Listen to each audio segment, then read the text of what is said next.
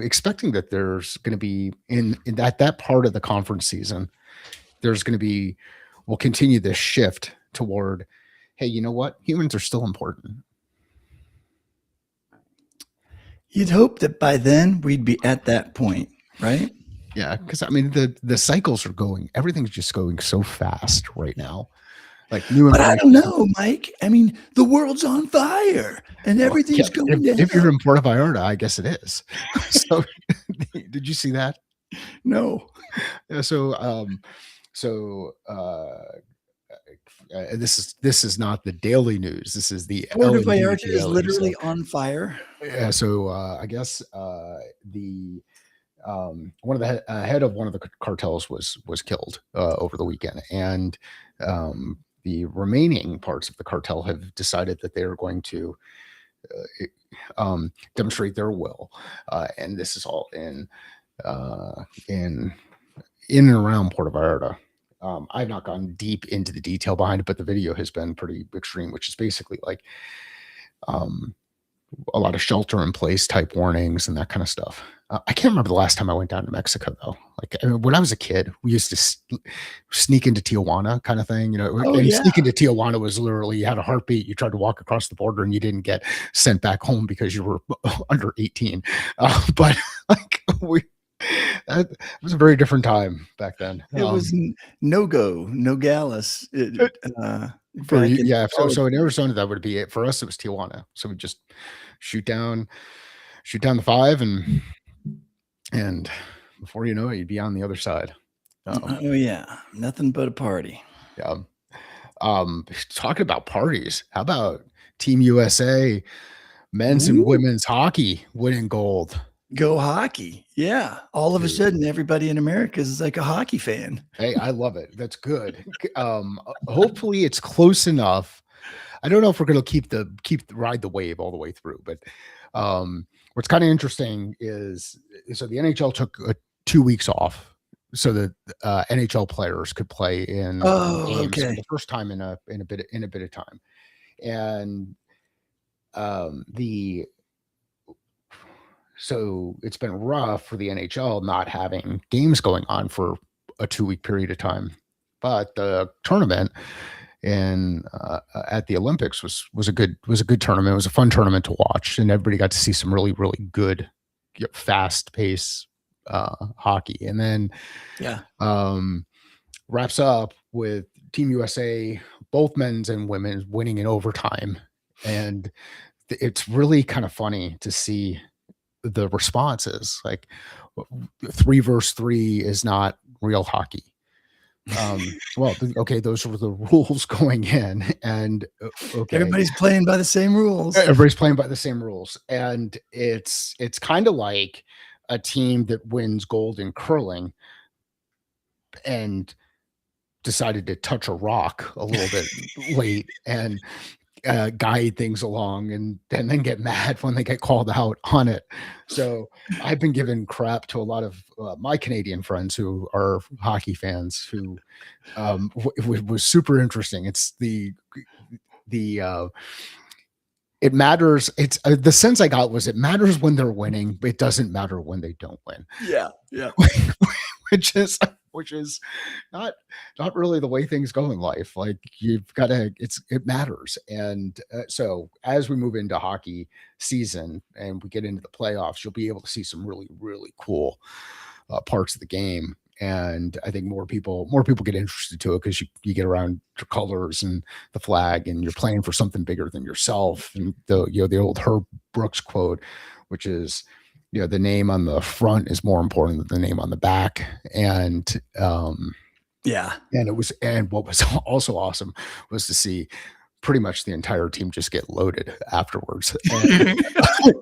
And they are hockey players. So, they are hockey players. So these aren't your choir. It'd be expected, but there's some really good, memes and gifs and whatnot. Oh my gosh! Specifically, Quinn Hughes up at the podium, or not at the podium, during the press conference, basically signaling, like, "Hey, I'm ready for another beer."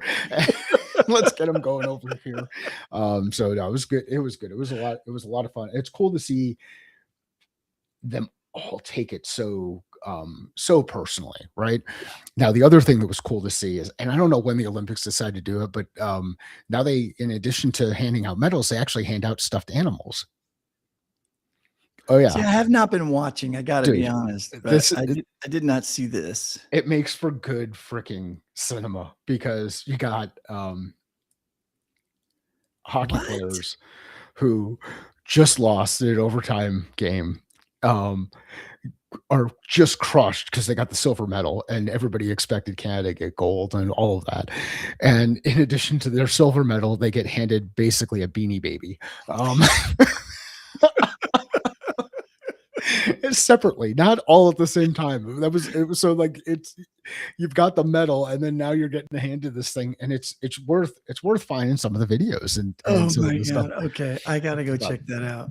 anyway, so here we are on a Monday, February 23rd. We've been doing this. I think we're at 100 days now. Isn't it crazy how time flies? It's funny, when I, execute the executive producer, Yeah. as in run him, not kill him, it No executive producers were harmed in the making of this this show. it puts in an episode number, and apparently, Gemini, the executive producer, seems to think this is episode 482 today. That's kind of interesting. Yeah. It kind of builds. So I don't know where I pulled 482 from. I'm looking at the playlist. Yeah, I don't know. I'm looking I don't know actually. I'm either. looking at lives. So we have. Yeah.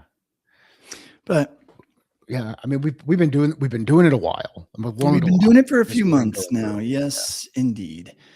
And I had been hoping I had some extra time to step up production and start pumping the production value up. But man, oh man, life sort of kicks you in the balls from time to time. So So, what goes into production value? When someone says, "Hey, production value," what does that mean?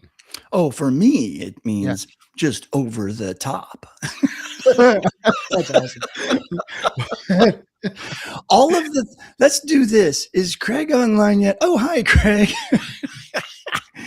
Oh, that's awesome. Yeah. Hey, I we thought are we were you know what, boycotting LinkedIn. Craig, It's we are everything that boycott. annoys Craig about a morning show. And there we go. We did say that we were actually going to boycott LinkedIn today.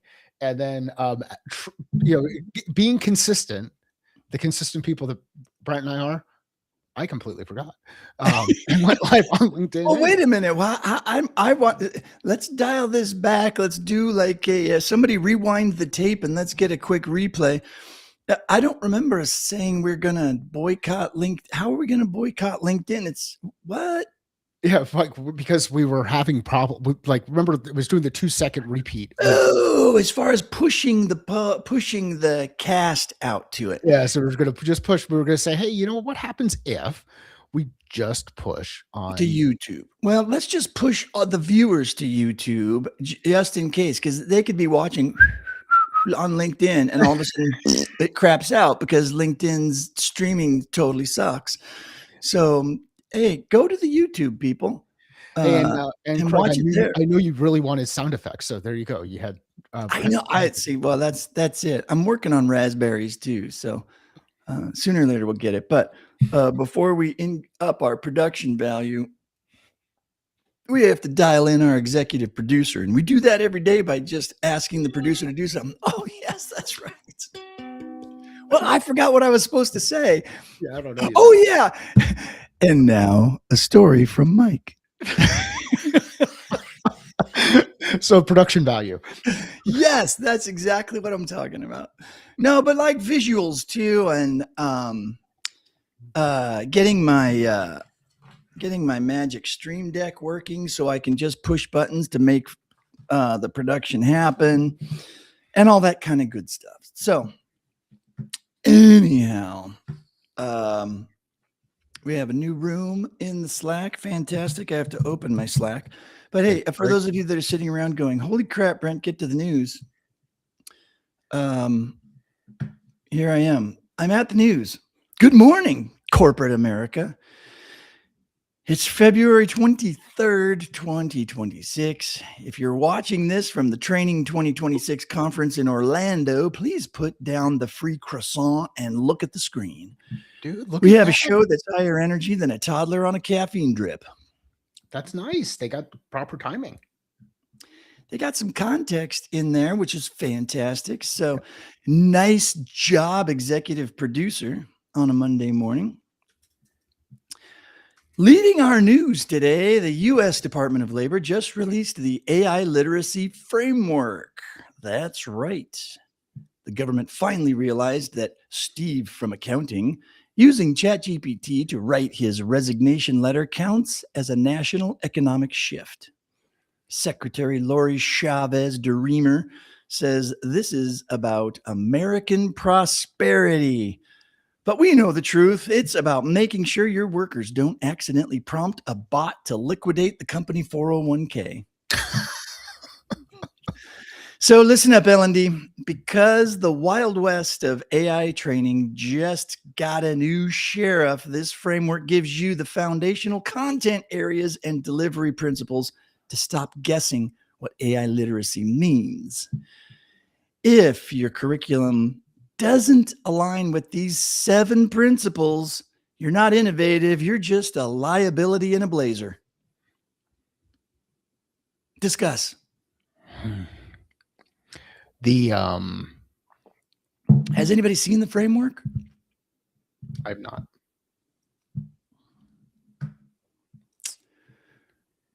Well, there you have it. I have not seen the framework, but apparently now there's a framework out there. All right. Craig has shifted over. Thank you, Craig. To YouTube? Yeah. Is there a link in there to show it?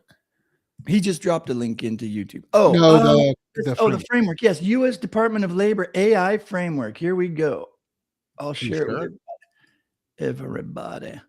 Well, at least everybody that has committed to hanging out with us every morning, and we've given them the golden key to the Slack.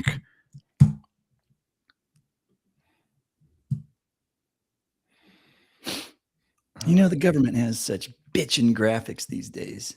I do love that part. Well, and I went and tried to grab the video to get that in there as a kicking off the news, and I have already failed at production value. Oh, see, pretty soon I'll have a button where when we go to the news, I just hit the button and boom, it just happens. Dude, that sounds magical. The magical button. It will be. I'll have so many magic buttons. We can just be pushing them all whenever we want to. It'll be great. I'm psyched. And I'm especially psyched about dropping the one that says, "That's horrible. Please try again."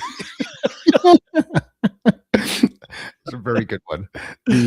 So here we go. This is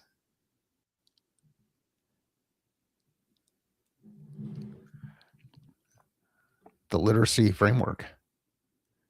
That's rough. You know, seriously, design props to the new government design team or agency or whatever they do, whoever got hired for that or whoever said, you know what, we really need to kick up the visuals of the things that the government puts out. That team has been crushing it. I don't care what you think about politics and who's in the White House and all that, but major props to those design people.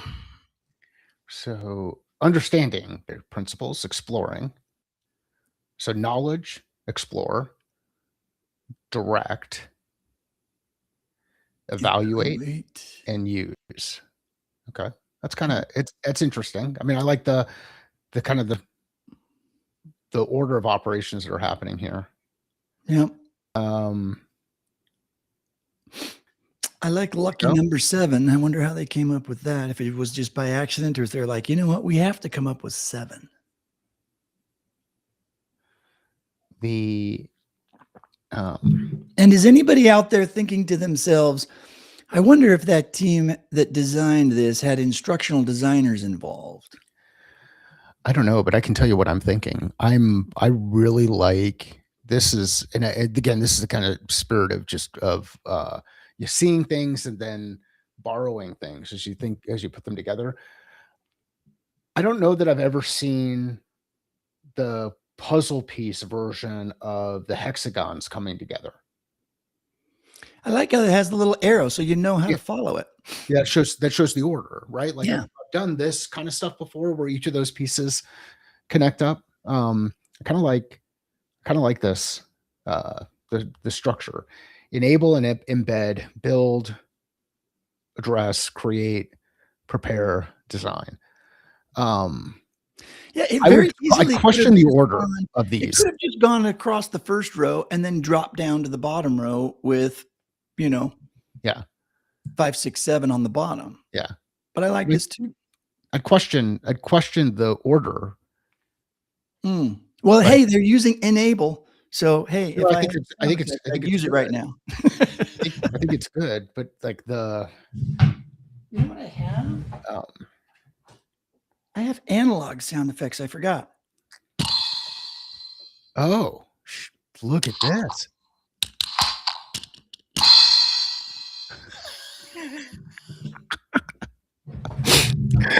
And welcome to February 23rd. We are officially off the rails for 2026.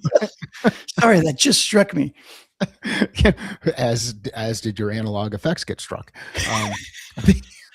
So enable, yes, we got Yes. the word going in there. Enablement Good. actually is our word, but it's close enough if it's a variation. Yeah. Well, and through experiences. Enable Experiential learning. experiential learning. There's a collection of buzzwords. Oh Uh-oh. yeah, we were going to throw in our one buzzword every time instead, so that everybody just knows what we're talking about. Did we come up with what our one buzzword was? We had SAT or something like that. I forget what the acronym was for. I like just blah blah blah, but then every single one, all 7 would be the same. So I don't know. We're going to have to work on this. We've already lost Craig. He's Sorry, let's get serious, Mike. Come on. There's 7. This is a framework of AI literacy that is extremely important to the professionals in learning and development, and we need to take this seriously.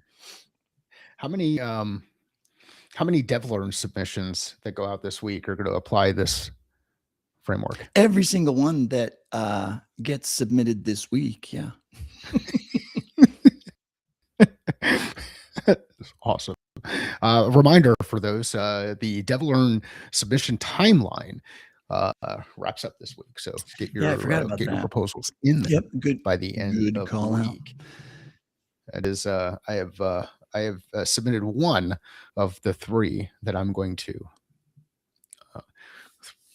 throw over the fence or input into the machine or however Yeah. it is that. So, and let's, so in all seriousness, I'm always yes, serious. I know. Craig or Wendy, do any of these 7 stand out to you, or this framework overall as something that we should discuss? Or any surprises of something that's missing? Again, we're talking about literacy. A good friend of the program who has his model out there. A couple of different models are out there. Sam Rogers has done some really good work around readiness for your team. Mm-hmm. Josh Cavalier has done some really good stuff out there on literacy. I wonder what their perspective is on this. Well, my guess is if they haven't posted a LinkedIn thing yet, they the next LinkedIn posts flood that you will be seeing will be everybody mapping it or explaining how their currently existing workshop and or books or frameworks map to this framework, or how it's going to in the future would be my guess. Because if it was me, I mean, it only makes sense. Everybody loves the frameworks that the government puts forward. And if this becomes sort of the de facto standard, this is what all of the off the shelf AI training courses will include. These will basically be each of the objectives or chapters of AI literacy training courses going forward, in case anybody isn't aware of how this whole process works. So, yeah, so there you have it. I don't see, Craig says, I do like number 3, the one that is the first one that is going to get lost. That one is the first one that is going to get lost. Wow, I can't read. Let me try that again. I do like number 3, comma. That one is the first one that is going to get lost. Build complementary human skills. Yes, you're absolutely right. That's the one that's going to get kicked to the curb. It is. I am shocked that our resident prompter believes that prompting may get kicked to the curb.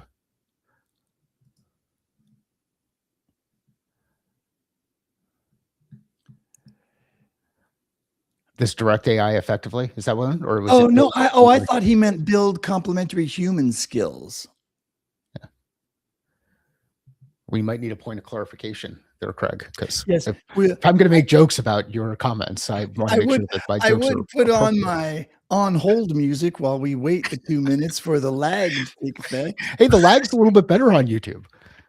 I think it's good. I think each time it's like we're carbon dating our lag. We're working through half-lives. Oh my gosh. No, it's good. I think frameworks are good. It'll be interesting to see what I feel like I'm being corrected again. Well, you know what? I have a point of order. I think. Oh, this is good point, Craig. So what Craig's saying, and for those of you who aren't paying attention to the chat and seeing this kind of in here, actually, I should probably drop this in. So Craig started with I do like. Why is that not up there? There we go. He does like number 3. I figured the number 3 he was talking about was the top one related to prompting. I think Brent thought it was around the complementary skills, and we were confused. And then Craig highlighted that one of the reasons he doesn't like this document is we've got 2 different sets of data in the same context, and he was talking about the third one down here, but because he's a good friend, he appreciates my point on recall and the importance of prompts from the perspective of the master Craig Cyber, and there we go. So thank you, Craig. Oh yeah. So I actually think that this framework deserves a highly focused live stream conversation. Okay. Who should do that? Well, a couple guys that like talking about this stuff. I thought you were going to find some highly focused people. Oh, yeah. Hey, you know what? It's slim pickings these days. All I got is you. So, we're rolling with it. It's going to be like a little Sonny and Cher. I got you, babe. I don't know. Maybe we could, we'll make it a foursome again and have Craig and Wendy on board, and let's see, 7. So each of us can take 1 or 2 and break it down, and we can go around the horn, and we can go across, and everybody can, each person can do like a deep dive on each one of them. And we can have that conversation and wrap it all up in a live stream. I think Craig's point here is really important. Do you think there's a situation where people get like a major a prompt, like the prompt to end all prompts, and they throw it in, and then they just take the output and run with the output? Yeah. And I think Craig's highlighting the really important piece on iteration, right? Like go out there um, review the information, figure out what you like, what you don't like, how would you adjust it, and then reform. It. Yes. And Wendy says goes back to what she's working on, Yeah, which is critical thinking with AI, not just prompts. good. And yeah, I mean, I think that is the critical part, and it's the part that Mike talks about all the time about asking better questions. And it's interesting, always has been interesting to me that all of those things that Mike typically talks about in the leadership and how to be a better leader, how to lead yourself, and how to lead your organizations. All of those exact same skills apply to leading your new AI overlords, right? I mean, if you need to ask them better questions when they give you something, you need to be able to question it and push back. And the cool thing is, they don't get pissed and walk out of your cubicle angry and fire you. They just go, "Oh, yeah, I'm sorry. Let me clarify that for you." So AI is the world's greatest manager because you can actually have serious, good conversations without having to overthink the hell out of it, Yep. and worry about if you're going to hurt their feelings, or if are they what's their Myers-Briggs, so you know how to talk to them appropriately. What color? What color are Oh they? my God, what color are you? Are you a high I, or are you a low D? Uh, Whatever they say. Reds and yellows can't combine. Yeah, You put I'm reds and sorry. yellows in the same room, you're ready. You're going to get some orange, and things are going to get fiery. I was once on a team with all yellows, and we crushed it. Now they're telling me I have to put blues and greens with me. I'm like, come on, I want yellows, man. Everybody knows that yellows are. Oh, good Lord. So story number 2, but let's keep this in the back pocket. Somebody take a note that Mike and I will immediately forget. That we do need to do a solid conversation on that framework. That was a good pull from today's news. Thank you, executive producer. But story number 2, in things we didn't see coming category, HR Tech is reporting a massive surge in digital doppelgangers, and it's using the umlaut, which I give extra kudos and credit to the executive producer for dropping the umlaut in doppelgangers. Companies are now creating AI avatars of high-performing employees to train newcomers. But here's the kicker: workers are demanding royalties. Imagine leaving your job, but your AI twin is still there, teaching onboarding, getting all the laughs, and you're getting a check for its likeness. While you're at the beach. It's like being a Hollywood star, but without the plastic surgery and with more SCORM files. Why does L&D care? This isn't just a cool tech trick. It's a massive shift in knowledge management. If you're building agentic AI that mimics your best workers, you need to update your governance and compensation models like yesterday. L&D is now the talent agency. Here's what I'm excited about. I think there are going to be NIL deals for people in Oh, businesses, yeah. like name, image, and likeness. We're going Yeah. to use that. Like, funny. That bot sounds a lot like me.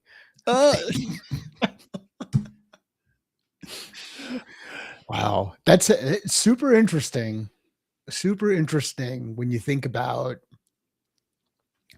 scalability um, of capability.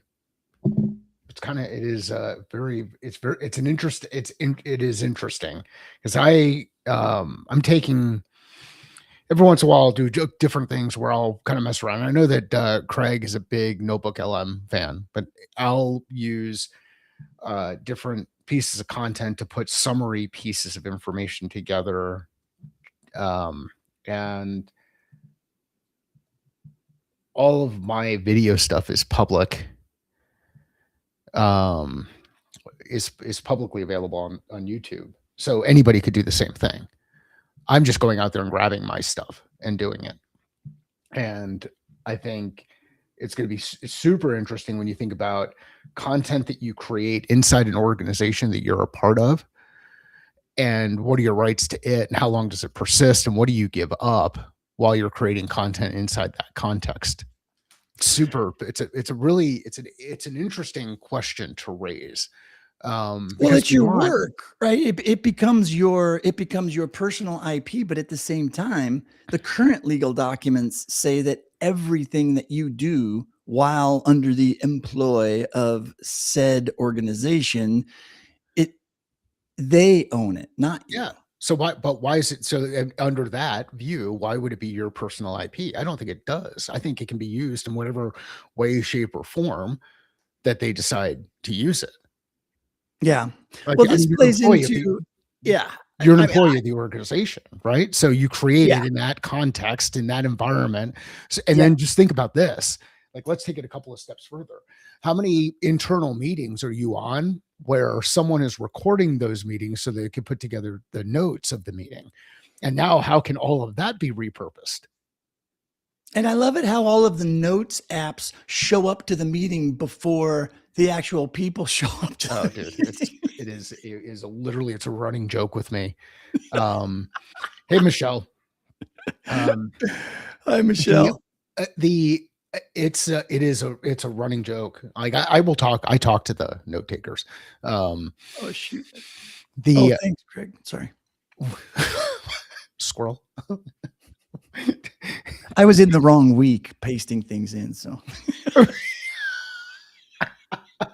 Well, it's good. Well, we've got a producer. Well, I say a producer. We've got a friend of the program who's in the background who it will help and keep us on the rails. hey, As listen, we go through. the work that Craig does and that Wendy does, just being here and helping us out, they are absolutely producers. It I is have no absolutely problem awesome. giving them the moniker producers. I think we might just throw the show over to them. Like, I mean, what happens if we just transition this whole thing over? You and I are just Hey, you idiots. guys run with it, and we'll watch. Let's get the smart people to do the show because we obviously are failing miserably. But I mean, think about all of that information that's out there, and what you could potentially do with it to help support some of the knowledge management challenges and onboarding challenges that are happening inside Yeah. that happen inside companies and continue to persist inside companies. And I mean, I had a little bit of fun with this last week where I put out a something I'm going to lean into a little bit further, which is ultimately I think we are all going to suck at scale. And the reason is you Yeah. ask this question, you say, "Hey, do people typically do companies struggle with hiring? Like, would you agree that companies struggle with hiring?" Yeah. And then the next one is, um, would you agree that companies struggle with the onboarding? And then the next one would be, would you agree that companies struggle with everboarding? And depending on where you are on that continuum, is you either agree yes or no, and you can go into a little bit deeper detail on it. Okay, well, my follow-up question is, what makes you think that when you can do all of this stuff at scale, that you're not going to suck at that and just turn it into suck at scale because we're not really good at a number of the things that are on here, like design and critical thinking and some of the other pieces that have come up over the course of this. Yeah. Well, I mean, there's a few things, right? One, I'll give a quick shout out to Brian Fanzo. I'm not even sure what he's up to these days, if he's still doing the social media thing or not. But back in the day, he used to say, if you suck in person, you suck online, or the other way around. If you suck online, you're gonna suck in person. Yeah. So just be good. Just be a good person, and you'll be fine. Be good online and be good offline, and just be good. And then the other one is I do have a workshop coming up talking about going through 5 decades. And this is another thing that is part of that conversation is Yep. people being scared of having the computers take your IP or replace you has been a thing for decades. Yeah. So how, we used to, as part of our assessments, we used to go to see the SMEs. We still go see SMEs, right? How many of you have interviewed SMEs over and over and over again? How many of you have run into the reluctant SME, who is the resident expert on a particular topic? And you walk into the cubicle and you say, I'm here to build an e-learning course on everything that you know. And it doesn't matter if we were building that course on a CD-ROM or on a web-based thing. Those people freaked out. It was like, oh crap, they're here to take all of my stuff, turn it into a course that I don't get to teach. Because back in the day, when you had the knowledge and you were that guy, you then got to teach the class. And so, and that was a point of recognition, and that was a status thing.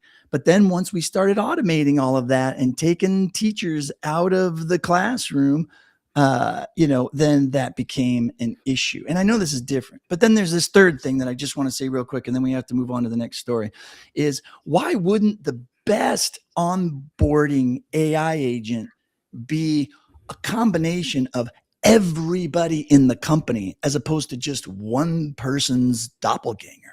Right. Yeah, like a super version of it. Like a super intelligence, right? Yeah. Like this kind that's the crock pot of knowledge management. Yeah. Like everybody just keeps throwing things in there. Just keeps I prefer the buffet. Just say the buffet. Smorgasbord. The buffet. It's we create this soup of some really interesting.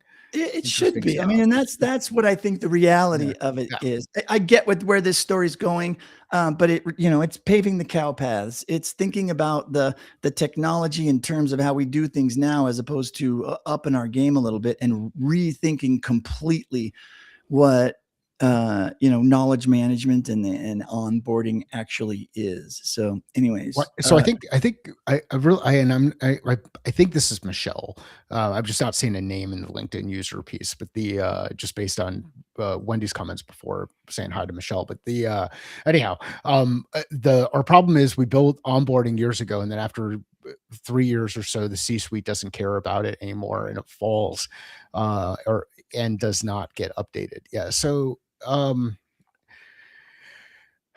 it's kind of interesting. The reason why I bring this one up is, and I know we've got to get back to the other news pieces, and we'll move into there. And then Craig had raised his hand, but the reason I bring this one up is I think it's super interesting. There's this push and pull that happens, this conflict that's happening inside organizations. We want our teams to move faster and get better and innovate and change to what's based on what's happening inside the market environment.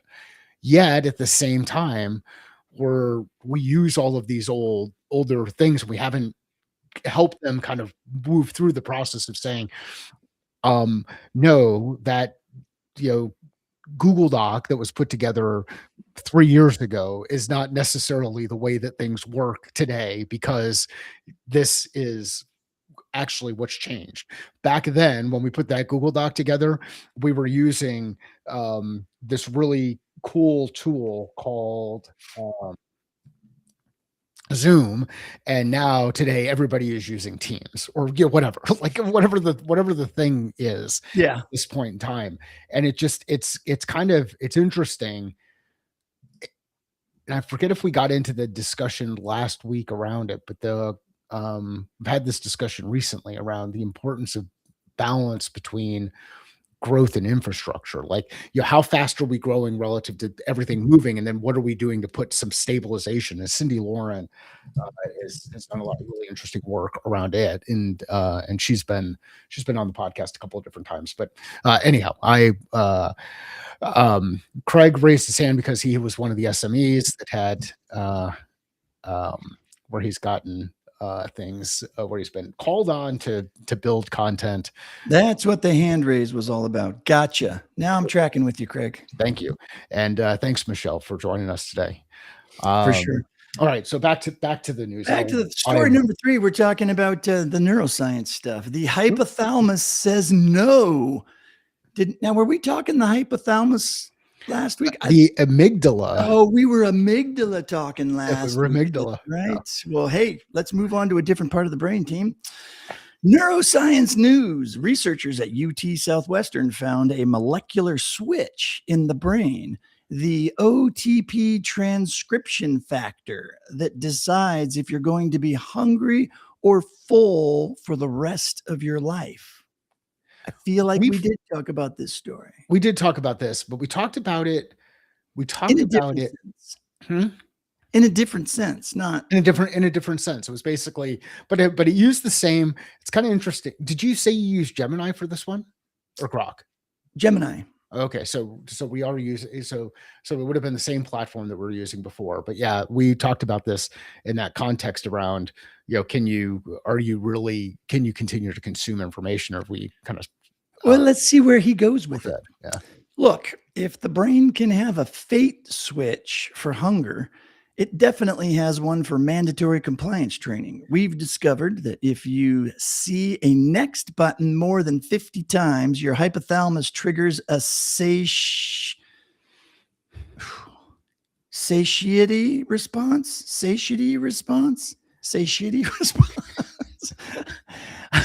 Wow. We are satiated. There we go. Yeah, well, I know that's the word they're going for, but I've never heard it. I don't know how to say it as satiety response. I think you got it. Satiety. Satiety response. I'm putting this in the chat for everybody else to try to figure out how to say this, because it doesn't sound like it's a real word. But anyways, I shall carry on. Satiety.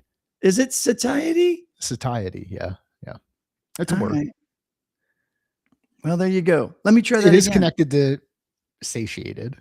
Okay, but English is not my hard. It's a hard T. It's when you're satiated, it's a soft T, but when it's satiety, it's a hard T. All right, I got it.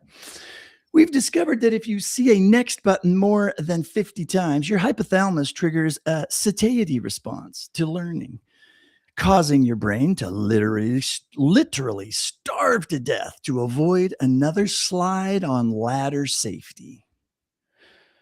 Why L&D cares? On a serious note, this research is lifelong set points. This research into lifelong set points is a huge signal for adult learning theory. We are moving toward understanding that learner behavioral sets are physically wired. If your training doesn't account for the biological switches of engagement and stress, you're just yelling at a hypothalamus that isn't listening.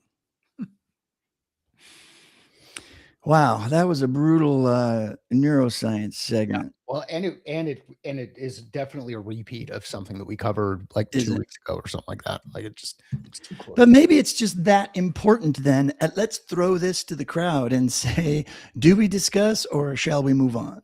Yeah. Well, it says February 16th. So that's a week ago.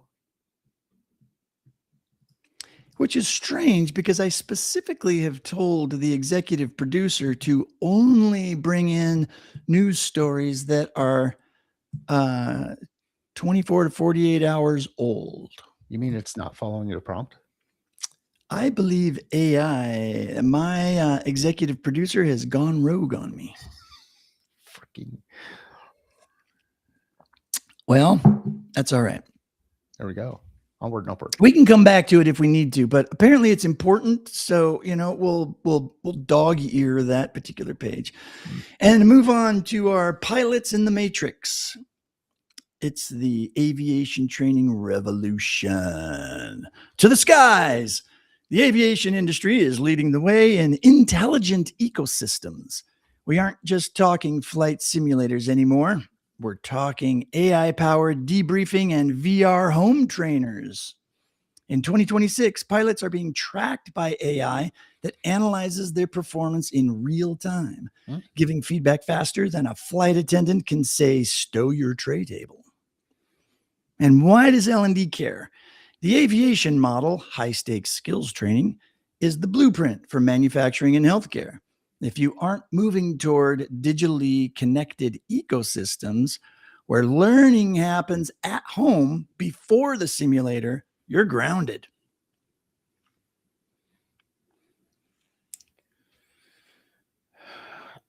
I think the producer's reaching. You think? Yeah. Now I see the connection pieces here, because now we're getting into, hey, look, we're gonna track and record things and make it easier to get information out there about, whatever, like the onboarding piece, and some of the connection, like whose content is it, and then we're tracking what's the pilot doing in certain environments, and in the context of real-time coaching, Yeah.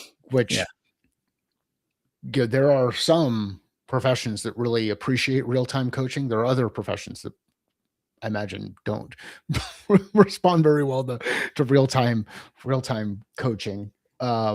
Yeah. But I think it depends on your experience level too. I kind yeah, of, I always have this visual of, yeah. the more, the more experienced you become, the less you want to be coached. Well, there are different, if you're in, when you spend enough time on a flight deck, in an aircraft, and this is a long time ago that I would do this often, but you'd hear the pilots go through their pre-check routine, and there was Mhm. a checklist that they had, the pre-check routine, which connects to what we're talking about in the medical space. We've got this routine. Let's make sure we don't leave a sponge inside the patient, right? Right. So checklists are very, very, very important. And Well, there was a whole book written on it, and everybody thought it was amazing. I can't remember the guy's name, but it was an unpronounceable yeah, name. it's Checklist Manifesto Yes, that's it. is the name of the book, and I forget the author as well. But so one of the buttons that you go through there as you're going through the sound alerts is, wind shear pull up, and different notifications, where sometimes you could just get caught into the fatigue, and I forget the psychological um, um, phenomenon that's here, but there's a benefit to that warning, that indicator that goes above and beyond the light that's happening there. And imagine if, while you're in the middle of working, you find yourself scrolling for whatever, and somebody says, Atul Gawande, checklist manifesto. Thanks, Craig. Uh, Imagine if you had something which was like, back to work, back to work, back to work. Like it's just a little zapper, a little nudge. And be like, hey, come on, human, you're not being productive. Back to work, Yeah. back to work, back to work. You have now spent 10 minutes away from your desk. Please return. Yeah, just not even, please return, please return. Like just that kind of that nudge, that tap to keep you on pace. It's kind of like what ends up happening with Craig in Slack and whatnot. It's like, back to the script, back to the script, back to the script. Hey, they're producers, and that's why we have them, to keep us This on is the true. rails. This is why everybody really appreciated the fact that I read his Taylor last week. And everybody loves creating checklists for themselves, and everybody loves creating notifications that appear on their phone for themselves because it's helpful to them and it helps them get there. But nobody likes those notifications to be mandated at you. No. And that is definitely some 1984 stuff. Hey, let's move on to authoring tools, because it's probably an exciting one that we haven't heard yet. Ooh. I'm imagining. Guess Can I guess guess? what the story is today. I'm sure Articulate has announced something. Oh, well, it is the authoring tool arms race, and I Oh, believe we've been here before. okay. Finally, the tools. The 2026 authoring landscape is more crowded than a LinkedIn comment section. Elucidat is claiming 4x speed with AI templates, while Articulate Storyline 360 remains the Photoshop of learning. Powerful, but so complex you need a PhD and 3 cups of coffee just to find the trigger menu. Meanwhile, Adobe Captivate is doubling down on VR and accessibility for the hardcore ID crowd. And why should L&D care? The shift is clear. Cloud versus desktop. If you're a distributed team, go cloud. If you're building a VR world where people learn to defuse bombs, stick to the heavy desktop stuff. Just pick a lane before the AI starts writing the courses itself. Phew, that was intense. Does everybody else feel the urgency of that particular story? Pick a lane and then stay in your lane, bro. Stay in your lane, bro. Do you even author, bro? Oh man, well, we don't have too much time left, but we do have cutting room floor. I thought it was interesting. Let me just throw this out for the last story. Typically, the stories on authoring tools are articulate and captivate. It's been that way for a few decades now. Sort of the two authoring tools that sort of own the space. But it was nice that they threw in Elucidat, and kudos to them for making the grade and being a part of the show today. And if you'd like to advertise and have a nice little square at the top, please let us know. What was the punchline? Wendy, you zoned out. I'm shocked. How could Mike and I babbling at each other possibly make you want to zone out? I don't know. Mike, we got to the punchline. The punchline is the shift is clear. Cloud versus desktop. If you're a distributed team, go cloud. If you're building a VR world where people learn to defuse bombs, stick to the heavy desktop stuff. Just pick a lane before the AI starts writing the courses all by itself. That's it. Yep. Come on. There's an exit part on the news, right? That's it for the news today. Oh, yeah, there is, but I feel bad at hitting it too soon, but that's our show. I'm off to find an AI doppelganger and see if I can finish my expense reports. Stay curious, stay loud, and for the love of Bloom's taxonomy, stop using Comic Sans. There you go, Wendy. What hit the cutting room floor that we should be paying attention to? We should be paying attention to Training Magazine MVP winners were announced. The Global Sentiment Survey is out. Fragile X syndrome brainwave biomarker. MIT discovers shared biomarkers between humans and mice for ASD, whatever ASD. Oh, ASD must be, okay, never mind. We'll go into that if anybody wants to. Employer of record growth, EOR. Global workforce expansion is forcing L&D to localize training at scale. Interesting. Stanford HAI prediction. The end of the hour-long course, AI sovereignty, automated change management, vulnerability leadership training, and agentic AI in recruitment. Automated change management. Dude, that sounds fun. Could you imagine? Like, we got hypothalamuses being switched on and off, automated AI training, and 1984.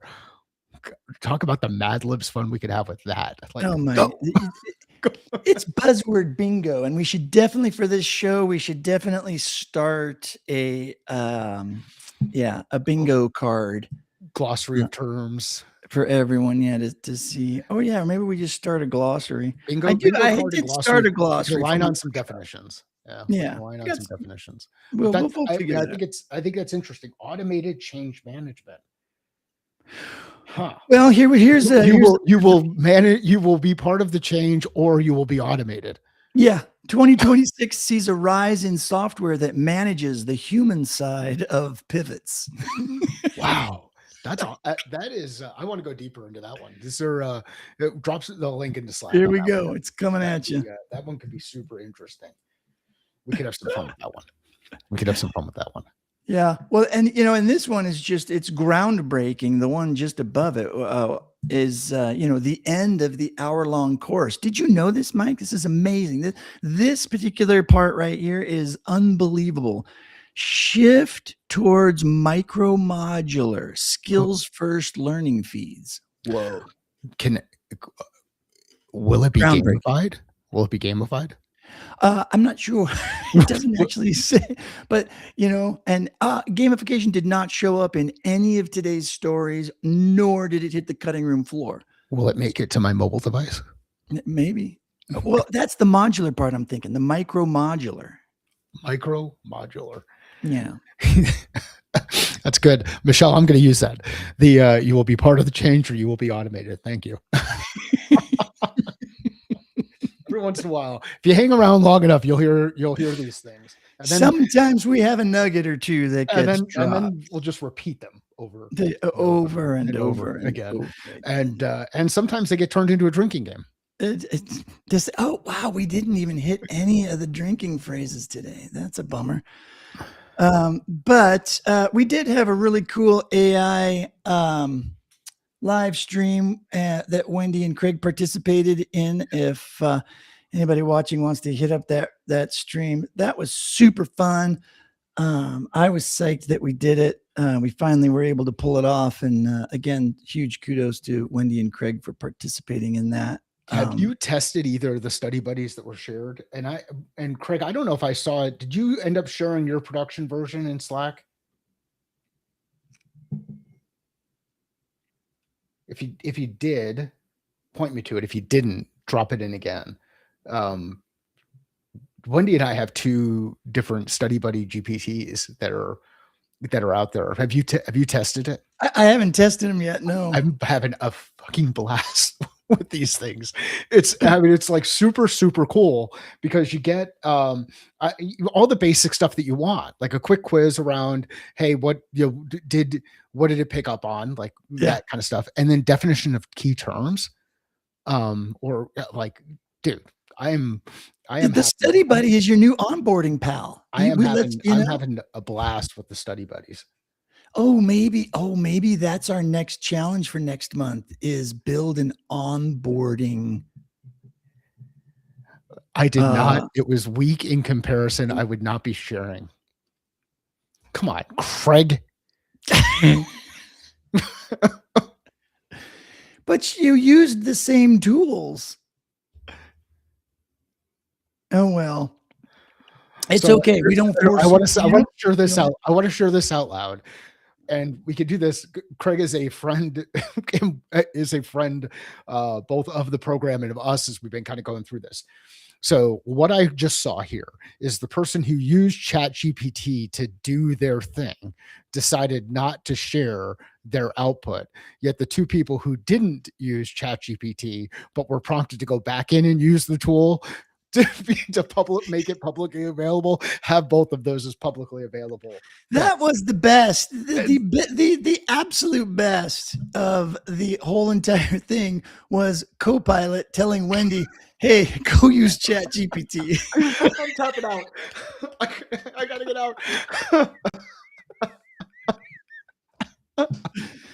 That was just it was priceless. It was so good. And so if we could just clip that part, that's gold right there. But anyways, we're going to continue doing this because there was a ton of learning there, despite us laughing and having a good time with it. Heck, that's why we're here. That's why Mike and I have been wanting to do this and hang out with you guys and help everybody learn and be dead serious about learning AI, but having a good time while we do it and figuring out how to get through this major transition that everybody is going through, both technologically and professionally. So yeah, you can join us every morning here, 6 a.m. Mountain Time, 8 a.m. Eastern Time, Monday through Thursday. And then if you just stay tuned and follow us both on LinkedIn and pay attention to what's going on, you'll see us announce when our next AI challenge will be. And what other announcements am I missing? I think that's it. I mean, we went a little bit long. Good to do this. I say we do it again tomorrow. What do you think? Yeah, they were good stories. I absolutely think we should probably come back tomorrow. Yeah. Where can people find their catalyst, Mike? You can find your catalyst at findmycatalyst.com. And if you want to work with me directly, you head to coachsimmons.com. Perfect. Thanks, Wendy. And Michelle, thanks for hanging out with us today and participating. Appreciate that. And Craig, We love you, man. Yeah, and thanks for going on to YouTube. Like this is good. I like that we were able to see the chat. I'm going to show both of these in the stream. Let's see how this pops up. That is not working. Huh. Anyway, I thought I'd show the chat in the stream, but Let's test we're that getting tomorrow. we got the chat both in on YouTube and on LinkedIn, which is kind of cool. Kind of cool to see. We'll continue to evolve. See you tomorrow. Same bad time, same bad channel. Brent. Adios, everybody.